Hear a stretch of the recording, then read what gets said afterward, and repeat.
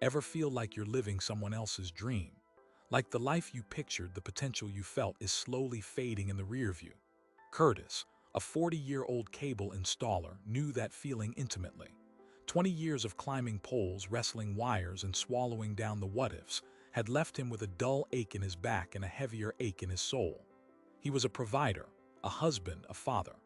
But somewhere along the line, Curtis lost sight of who he was providing for. He'd been running the same routes, fixing the same cable problems, for longer than his son Leo had been alive. Leo, now in college, studying engineering, the very degree Curtis had abandoned at 19 when Brenda told him she was pregnant. The weight of that decision, the road not taken, settled in his gut like cheap gas station coffee. The job was the same, but the houses, the views had changed. Today's install was in a luxury penthouse overlooking the city. $1 million view. Curtis, standing in the living room, tool belt digging into his waist, saw his reflection in the floor-to-ceiling windows. A tired, overweight man in a stained uniform, superimposed against a life that felt galaxies away. He saw his dad in that reflection, a man who worked himself into the ground, fueled by duty and drained by regret. That's when the question he'd been avoiding slammed into him. Was he just waiting to repeat his father's story?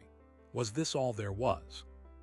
He imagined Brenda back in their falling-apart house on the edge of town, working her dead-end receptionist job. He pictured Leo, buried in his textbooks, striving for something Curtis had let slip away. "Just get the job done, Curtis," he muttered under his breath, forcing himself back to the task. But the words felt hollow, a lie he'd been telling himself for too long. Later, Curtis pulled out his phone. He was thinking about the $57,000 he owed, the maxed credit cards and the home equity loan he'd taken out for Leo's tuition. He could pay them off in 10 years, the same slow way he was doing everything else. But then, instead of opening his usual time-killing app, he opened the Notes app. His thumb hovered over the screen. He typed one thing: "What if I finished?" It wasn't a plan, not yet. But in that moment, staring out at the million-dollar view, Curtis saw something else, a flicker of possibility in his own tired eyes. Curtis, 40, a cable installer with 20 years under his belt, stared at the question on his phone. What if I finished? The words felt foreign, like a language he'd forgot. 20 years. 20 years he'd spent crawling under houses, wrestling with tangled wires, all for $25 an hour. It wasn't a fortune, but it was enough. Enough to get by. Enough to keep the lights on in the falling-apart house he'd inherited, the one with the peeling siding and clogged gutters. Enough to provide. He remembered the day Leo was born. The fear that had gripped him, a 19-year-old kid holding a baby. Engineering school went out the window. Brenda, then his girlfriend, now his wife, needed him. He did the right thing, didn't he? Now Leo was 21, away at that same state college Curtis had dropped out of. Curtis had secretly been living vicariously through his son, but the weight of it all was slowly crushing him. He was proud of Leo, a good kid working hard. But the pride was mixed with a bitter taste of what could have been. Back home, Brenda barely looked up from her laptop as he walked in. "Dinner's in the microwave," she said, her voice flat. Their conversations were like that these days, clipped and functional. They were more roommates than lovers, bound by habit and history. The $22,000 maxed out on credit cards sat between them like an unspoken accusation, a monument to years of small emergencies and deferred dreams. He heated up the leftover meatloaf, the familiar, bland taste mirroring the dull ache in his soul. Later that night, Curtis lay in bed, the springs groaning beneath his weight. Brenda was already asleep, her breathing heavy and rhythmic. He scrolled through online college programs on his phone, a habit he'd picked up over the past few weeks. He kept the screen dimmed, hiding his curiosity from Brenda, from himself. $57,000 was what he needed to be free, and he felt that freedom was what he really craved at the moment. Was it even possible, at 40, with his debts? A cable installer going back to school. He thought about his hands, calloused and thick, permanently stained with dirt. Hands that could strip a cable faster than anyone else in the company. Hands that could fix a broken dishwasher with a few well-placed taps. Those hands, he realized, could build something more than just a connection. He closed his eyes, the million-dollar view still vivid in his mind. It wasn't the view he craved. It was the feeling of building it. The alarm blared at 5:30 a.m., a jarring intrusion into Curtis's restless sleep. He slapped it silent, the familiar dread settling in his stomach. Another day, another string of houses, another 100 miles on the road.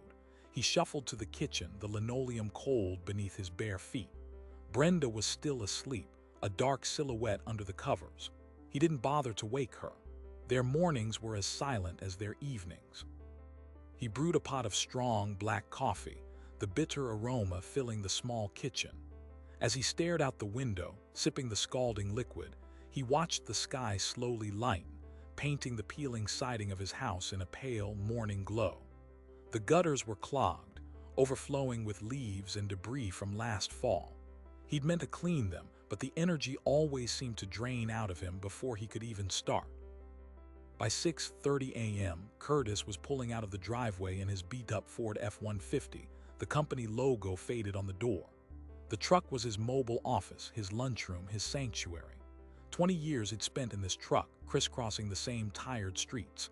He listened to the engine rattle as he drove. He thought of his father, who worked hard and died too young of a heart attack. A knot tightened in his chest. The traffic was already building, a slow crawl of commuters heading towards the city. Each car felt like a reminder of the life he didn't choose, the life Leo was now living at the college. His first install was at a new housing development on the edge of town. Another cookie-cutter house, another family eager to be connected. He went through the motions, running cables, connecting boxes, explaining the features. His hands moved with practiced ease, but his mind was miles away, back in that penthouse, staring at his reflection. He imagined the conversation he might have with his son, Leo, if he ever went back to college. What would Leo think? Pride, disappointment, pity. Lunch was a gas station sandwich and a lukewarm soda, eaten in the cab of his truck. He glanced at the digital clock, 12:17 p.m., halfway through the day, halfway through a life he couldn't help but think. He scrolled through his phone, quickly checking the balance on his bank account. $312, enough for gas and groceries, but not much else. The home equity loan loomed large in his mind, a constant reminder of his financial fragility. One major car repair, and he would be at square one. The afternoon blurred into a series of similar installs, each house a slight variation on the same theme: big screen TVs, high-speed internet, the illusion of connection.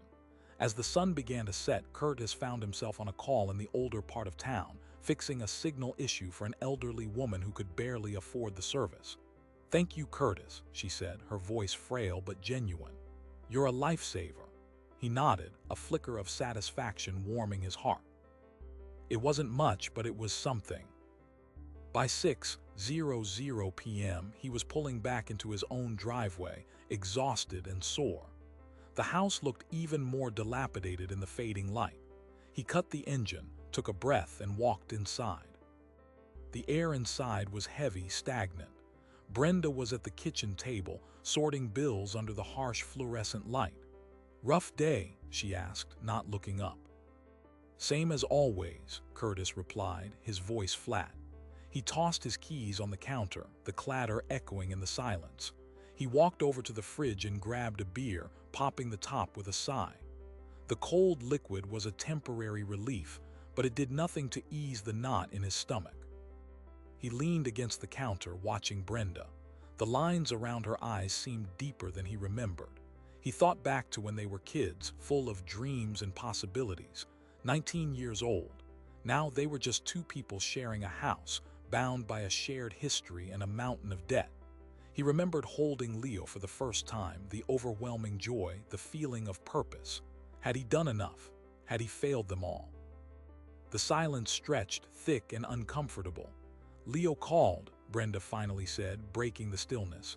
"He needs money for books." Curtis closed his eyes for a moment, the weight of it all pressing down on him. Books, another expense he hadn't planned for. "How much?" he asked, already knowing the answer would be too much. $300, Brenda said quietly. "I told him we'd figure it out." Curtis pushed himself off the counter and walked to the window, staring out at the overgrown yard. $300. It might as well have been $3 million. He thought of the penthouse, the $1 million view. He could practically feel the sting of its reflection still on his skin. He turned back to Brenda, his face etched with frustration. Figure it out how. We're barely making ends meet as it is. Brenda looked up at him, her eyes tired but firm. We always do, she said. Yeah, but at what cost? Curtis snapped, the words sharper than he intended. He immediately regretted it, seeing the hurt flicker in her eyes. He walked out the back door, slamming it behind him. He needed air. He stood in the backyard, the darkness closing in around him. The peeling siding on the house seemed to mock him. He was trapped.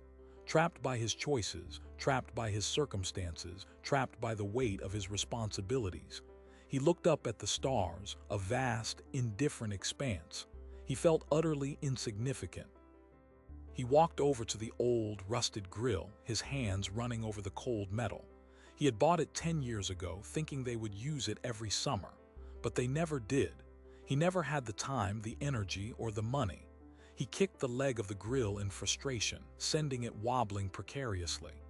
Damn it, he yelled into the darkness, the sound raw and guttural. He sunk onto the back steps, his head in his hands. He saw his father the way his father's back was always bent with hard work. The heart attack at 58. Was that his fate? Was he doomed to repeat the same pattern, to work himself to death for a life that wasn't even his own? The thought hit him with the force of a physical blow. No, he couldn't let that happen. He wouldn't. He took a deep breath, trying to calm the storm inside him. He pulled out his phone, his thumb hovering over the screen. He wasn't sure what he was looking for, but he knew he needed something, anything, to break the cycle. His finger tapped the notepad app. He stared at the blank screen. He thought about Leo, about Brenda, about the disappointment he saw in his own reflection. Then he typed one thing. What if I finished? The words hung there, simple yet profound. It wasn't a plan, not yet.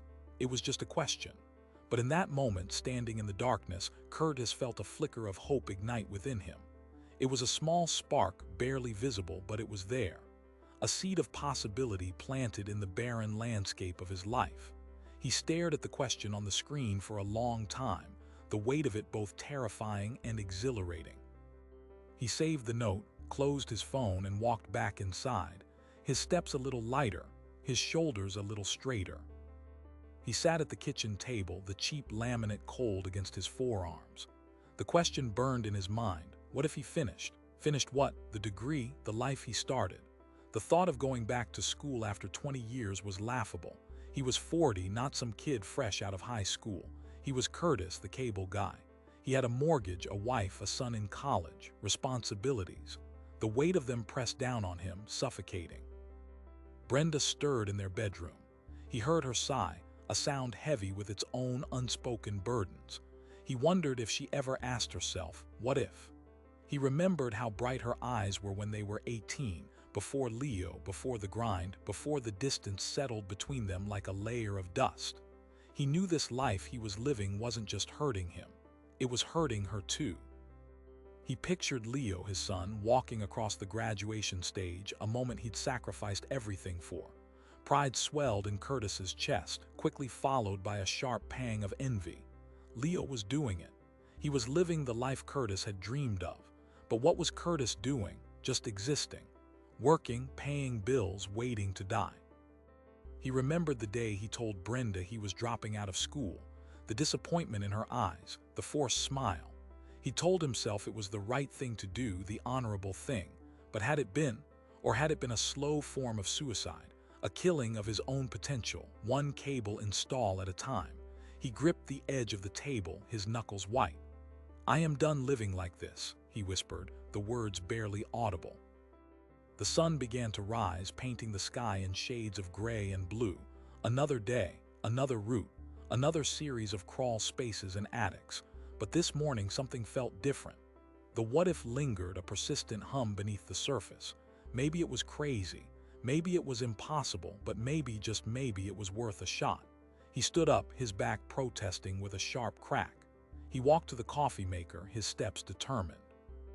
He had a mountain of debt, a failing marriage, and a lifetime of regrets. But he also had a question, and for the first time in a long time, that felt like enough. Curtis arrived at the luxury high-rise downtown, a stark contrast to his usual roots. The million-dollar view he was installing cable for belonged to a world he only glimpsed on TV. Polished marble, minimalist furniture, and floor-to-ceiling windows showcasing the city skyline. As he worked, he caught his reflection in the glass. 40 years old, 255 pounds, a cable guy with a scar above his eye. It was like looking at a ghost of who he could have been. He remembered his Lego sets as a kid, intricate models he built from scratch, following complex instructions. Engineering had felt natural, like breathing. Then Brenda got pregnant and everything changed. The cable job was supposed to be temporary, just until he got back on his feet. 20 years later, here he was, still running cable, his engineering dreams buried under a mountain of debt and regret. The homeowner, a young executive in a tailored suit, barely acknowledged Curtis's presence. He pointed to the TV and rattled off technical specifications, speaking a language Curtis understood perfectly. The irony wasn't lost on him. He could grasp the intricacies of fiber optics and signal flow, but he couldn't figure out how to escape the life he'd built. The executive went back to his phone call. Curtis felt the frustration boil. "I'm on lunch," he announced, more to himself than the executive. He went back down in the elevator and sat in his work truck. He opened the Kindle app on his phone, hiding the screen from the street. A self-help book titled Unleash Your Potential. Curtis scoffed. What potential? He was a cable guy, not a tech visionary, but the title gnawed at him. He imagined Leo, his son, scrolling through similar apps in his college dorm, learning and growing. Curtis was always the one telling him to never give up on his dreams. It was time he practiced what he preached. He drove to the local reservoir on his break. It was close by, a usual spot when he needed air. He sat on the tailgate of his truck, the water reflecting the sky. He pictured his father, a man of few words who worked tirelessly in the factory until he died. Curtis was heading in the same direction. That was not going to happen. He decided to finish what he had started. He would start studying again. He would finally get his degree. He pictured Brenda's face when he told her about it. He closed his eyes, bracing himself for her response. After years of disappointment, would she even believe him? He knew it would take time, money, and effort. He'd have to cut back on expenses, study late into the night after long days on the road. But the alternative was worse. Another 20 years of the same monotonous routine. Another 20 years of looking in the mirror and seeing a failure. He took a deep breath, the cool air filling his lungs. Time to get back to work, and time to change the future. Curtis started his truck and headed back towards the city, towards another afternoon of running cable and installing boxes. But something was different. The weight on his chest, the constant ache of regret, hadn't vanished, but there was space around it now. Room for something else. Hope, maybe. He thought about the home equity loan, the $35,000 albatross hanging around his neck. Paying that off before 50 had seemed like a pipe dream. Now it was a target. 1 degree closer with every completed course. He got home late, Brenda already in the kitchen fixing a salad. "Long day?" she asked, not looking up. "Yeah," Curtis said, "penthouse downtown." He hesitated, the words catching in his throat. He hadn't shared anything real with her in years, but he couldn't keep this in. He took a breath. "I'm thinking about going back to school." Brenda stopped chopping and turned, her expression a mixture of disbelief and something he couldn't quite read. "School? Curtis, you're 40 years old." "No," he said, his voice steady. "Online nights, engineering, I never should have quit." He saw the flicker of surprise in her eyes, then a returning wave of doubt. "What about work? What about Leo's college fund? We can't afford it." He walked over to the kitchen table and sat. "Leo's mostly covered with the loans now.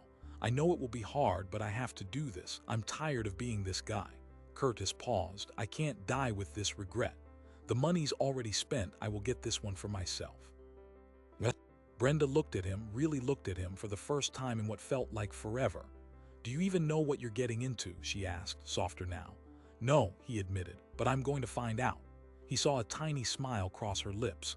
"Well," she said, turning back to her salad, "you always were good with numbers, but if this is some midlife crisis thing, Curtis, I swear." "It's not a crisis," he interrupted her. "It's a promise to myself, to you, to Leo. I'll start by getting the debt under control. I'll look into night courses. I'll get some of the big jobs at work." Later that night, after Brenda had gone to bed, Curtis sat in the living room, the glow of the TV screen illuminating his face. He wasn't watching a documentary. He was on the website of the state college Leo attended, navigating to the engineering department. He found the online degree program, the curriculum, the tuition costs. He felt a surge of panic, quickly followed by a determined calm. He opened his notes app again, adding to the single question he'd written earlier. "What if I finished?" he typed. "How?" Then he researched local community colleges with course transfer programs. The next morning, the 5:30 a.m. alarm felt less like a sentence and more like a call to action. Curtis still stared out the kitchen window, but this time he wasn't just seeing the faded sunrise over the forgotten subdivision. He was mentally scheduling his day, fitting in an extra hour of online research after work, maybe skipping the usual documentary. He gulped down his coffee, a little too hot, a little too fast, fueled by a nervous energy he hadn't felt in years. The day itself was hell. Week 1 of his self-imposed, get better, plan felt like a cruel joke designed to remind him exactly how old and broken down he was. Each climb up a ladder, each contortion into a cramped attic, each heavy tool he lifted screamed in protest from his aching muscles. Curtis grunted with every movement, forcing himself to ignore the dull throb in his lower back and the sharp jabs of pain in his right knee. "You all right there, Curtis? Sounding a bit rough today?" asked a younger tech Mike during their lunch break. Curtis just grunted in response, chewing on his sandwich. He hated showing weakness, especially to the younger guys who were just starting out. Mike took the hint and went back to scrolling through his phone. Curtis wished he could fast forward through the day, but every minute crawled by with agonizing slowness. By 4 p.m., he was ready to quit. The last install was a nightmare, a tangled mess of wires in a dusty basement with spiders the size of his thumb. He nearly lost it when he snagged his work shirt on a nail, ripping a hole near the shoulder. He imagined Brenda's reaction, another repair job for her already overflowing sewing basket. Frustration simmered inside him, threatening to boil over. But then, as he sat slumped in his truck, staring at the faded dashboard, he remembered the penthouse. He saw his reflection in that window, the tired eyes staring back at him. He thought about Leo, working hard in college, and the tiny smile he'd seen on Brenda's face last night. He gripped the steering wheel, knuckles white. Not today. He wouldn't let himself be defeated by a ripped shirt and some spiders. Curtis's hidden strength, the analytical mind he usually dismissed as experience, kicked in. He started thinking about the engineering principles he'd almost learned 2 decades ago.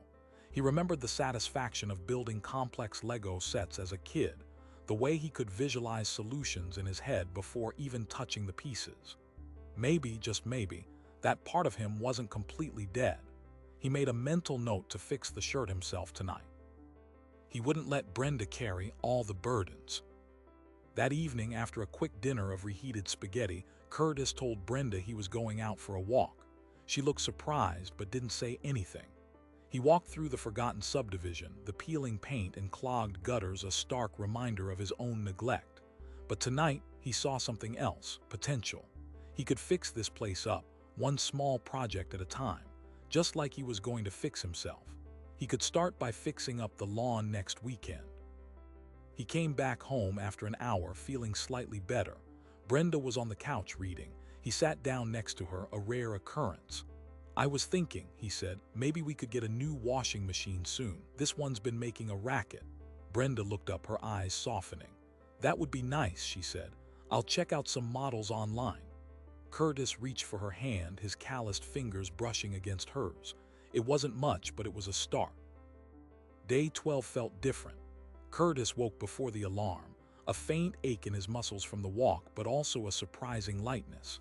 He still stared out the kitchen window at the neglected yard, but today he saw it as a challenge, not a condemnation. He grabbed his usual coffee, but this time he added a scoop of protein powder he'd found in the back of the pantry, a relic from one of Brenda's abandoned diets. Small change. At work, climbing the ladder felt a little less daunting. He even caught himself whistling softly as he ran cable through a cramped attic, something he hadn't done in years. The homeowner, a young woman working from home, asked him about the scar above his eyebrow. Curtis found himself telling the story, not with the usual grumble about rookie mistakes, but with a hint of amusement. He saw a flicker of genuine interest in her eyes.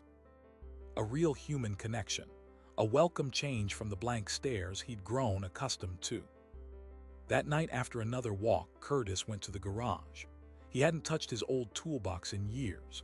The metal was cold, the latches stiff. Inside, beneath layers of dust and cobwebs, were the tools he'd used to build his son's treehouse, a project he remembered with a pang of pride. He found a rusty hand saw and a can of WD-40. The lawn was going to need more than just a mow. He started to sharpen the saw, the metallic rasp a comforting sound in the quiet garage. Brenda came in, her arms crossed. "What are you doing?" she asked, a hint of suspicion in her voice. "Fixing things," Curtis said, not meeting her eye. Day 16. Curtis had tackled the lawn. It was back-breaking work, pulling weeds and trimming overgrown bushes. His back ached, his hands were blistered, but the small patch of green he'd reclaimed was strangely satisfying. Leo called, asking about his mom. Curtis told him about the lawn. There was a pause. "You're doing yard work?" Leo asked, sounding surprised.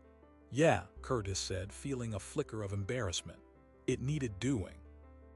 "Good for you, Dad," Leo said, and Curtis could hear a genuine, unfamiliar warmth in his son's voice. He hung up, feeling a little lighter. Brenda had started checking out washing machines online, just like she said she would.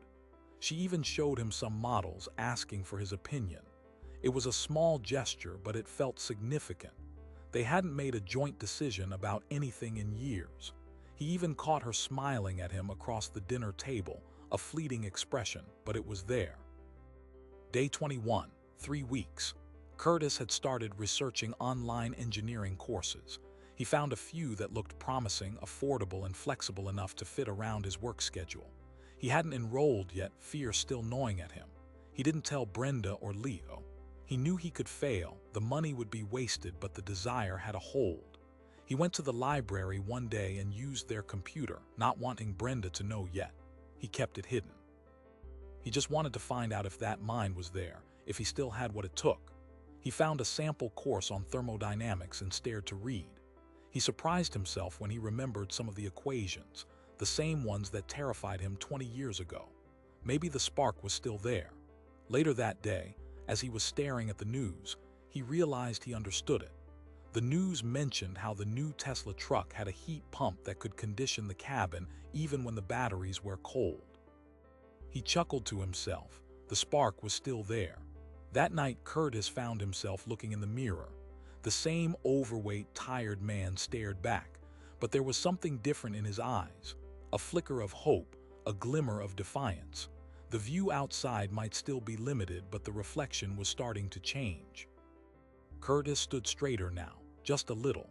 Small walks, 30 minutes, around the forgotten subdivision where he'd spent the last 20 years, listening to podcasts about electrical engineering. He found himself looking at the houses differently, not just as places he'd run cable, but as systems. He started noticing energy inefficiencies, bad wiring, opportunities for improvement. The kind of insights he used to have before he buried them under layers of regret. One night, Brenda found him in the garage, sketching diagrams on a scrap of plywood. "What's this?" she asked, her voice cautious. He hesitated, then shrugged. "Just messing around, thinking about efficiency." She didn't press him, but he saw a flicker of curiosity in her eyes, a small shift in the landscape of their quiet, parallel lives. The weight was slowly lifting. He made sure to pay extra attention to her. At work, his focus was sharper. A new apartment complex was having signal issues, something that had stumped the younger techs for days. Curtis, normally resigned to doing just what was asked, found himself diving in, tracing the fault with a renewed intensity. "I think it's a grounding problem," he told his supervisor, pointing to a faulty connection hidden behind a panel. The supervisor, surprised by Curtis's initiative, followed his lead. The problem was fixed in an hour. "Good work, Curtis," the supervisor said, a genuine compliment. Curtis felt a surge of pride, not just in solving the problem, but in proving to himself he was still capable. That night, Leo called. "Hey, Dad," he said, "Professor Thompson mentioned your name today in class." Curtis frowned, confused. He said something about a cable guy who understood signal flow better than half the class, said he wished more people had your practical experience. Curtis felt a warmth spread through him. "He said that, huh?" he mumbled, trying to hide his surprise. He didn't tell Leo about the online courses, not yet, but he felt a renewed sense of purpose, a reason to push forward. Curtis still saw his reflection in the mirror each night, the same lines etched into his face, the same weight clinging to his frame, but the eyes were different. They held a spark of possibility, a promise to himself.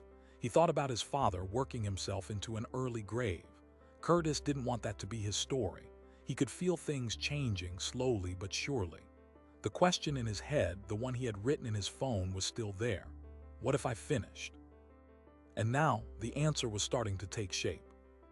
The new routine started to settle into Curtis's life, a slow, almost imperceptible shift. He still woke at 5:30, still stared out the kitchen window at the overgrown yard of his falling-apart house, still saw the peeling siding and clogged gutters. But now, after his coffee, he spent 20 minutes on a worn exercise bike he'd found at a garage sale. Brenda, his wife, never commented, just rustled about in the background, preparing for her day. Their communication remained minimal, but Curtis sensed a subtle curiosity in her eyes. Maybe she saw the change too. His secret Kindle reading intensified. He devoured books on project management, small business strategies, and yes, even engineering principles. He still hid the covers, ashamed of being caught, but the information fueled his desire. During his lunch breaks, instead of scrolling through social media, Curtis started mapping out potential smart home system designs on a napkin. He'd sketch wiring diagrams, calculate power requirements, and scribble notes about innovative solutions. The sharp, analytical mind he thought he'd lost was slowly resurfacing. The fishing trips to the reservoir at 4 a.m. on Saturdays became more than just escapes. They were problem-solving sessions. The quiet solitude allowed him to untangle complex issues in his mind, to visualize the steps needed to make his dream a reality. He started noticing the electrical systems in the surrounding homes, analyzing their wiring, and imagining how he could improve them. He even offered a neighbor advice on a faulty outdoor lighting system, diagnosing the problem with surprising speed and accuracy. At work, Curtis's expertise became increasingly valuable. The younger techs started seeking him out, drawn to his practical knowledge and problem-solving abilities. He found himself enjoying mentoring them, sharing his decades of experience. One afternoon, a particularly complex install had the entire team stumped. "Curtis, you got any ideas?" the supervisor asked, desperation in his voice. Curtis paused, then stepped forward, laying out a detailed plan that bypassed the issue altogether. "Try this," he said, pointing to a specific configuration. "It might just work." It did. The home equity loan still loomed large, a constant reminder of his financial constraints. $35,000, a mountain he felt unable to climb. He began meticulously tracking his expenses, cutting out unnecessary spending, and searching for ways to generate extra income. He picked up odd jobs on the weekends, fixing appliances for neighbors and friends, utilizing his hidden talent. The extra cash went straight to the loan, chipping away at the principal. One evening, Brenda asked, "What's gotten into you, Curtis?" He looked up from his laptop, startled. "Just trying to be better," he replied, unsure how to explain the transformation. She studied his face, a rare moment of genuine connection. "You always were a smart guy, Curtis," she said softly. "Don't let it go to waste." He nodded, a lump forming in his throat. Maybe, just maybe, it wasn't too late to rebuild what they had lost. Leo's calls became more frequent, filled with stories of his college life and growing confidence. He talked about his engineering projects, his struggles with specific concepts, and his admiration for his father's practical knowledge. "You should come visit, Dad," he said one day. "See what I'm learning." Curtis hesitated, then agreed. He booked a bus ticket for the following weekend, a mix of excitement and trepidation swirling within him. He knew it wouldn't be easy, but for the first time in years, Curtis felt like he was moving forward, not just existing. The visit to Leo's college felt surreal. Curtis, the 40-year-old cable installer with 20 years under his belt, walking the same halls he'd abandoned 2 decades ago. Leo, brimming with youthful energy, showed him around the labs, explaining complex equations and circuit diagrams. Curtis understood more than he let on, the dormant engineering knowledge flickering back to life. He saw pride in Leo's eyes, a genuine respect that cut through years of awkward silence. "You always were the smartest guy I knew, Dad," Leo said, echoing Brenda's words.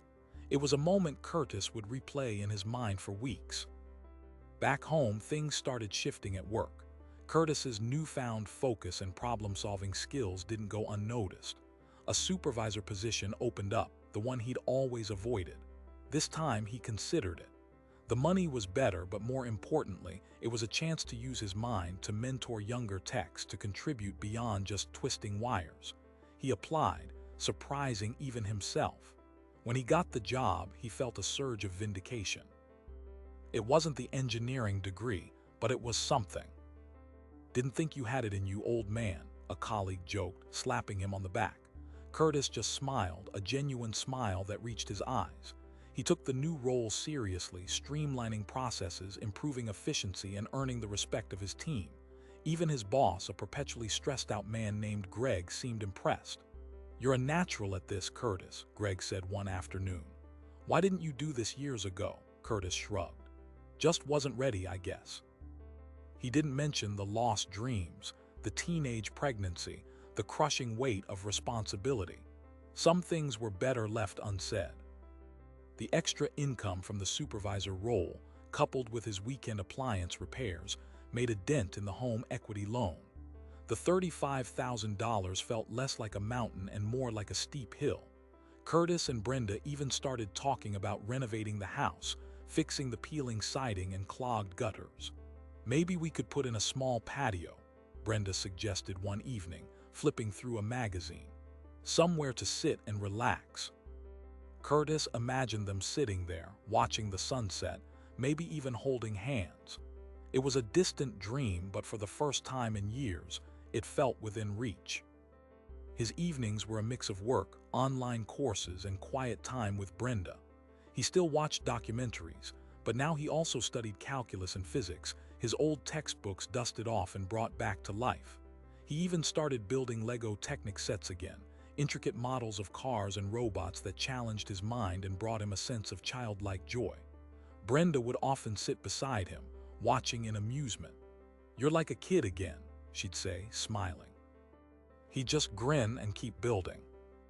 One Saturday morning, Curtis woke up early and went fishing at the reservoir. The sun was just beginning to rise, casting a golden glow over the water. He cast his line, closed his eyes, and took a deep breath.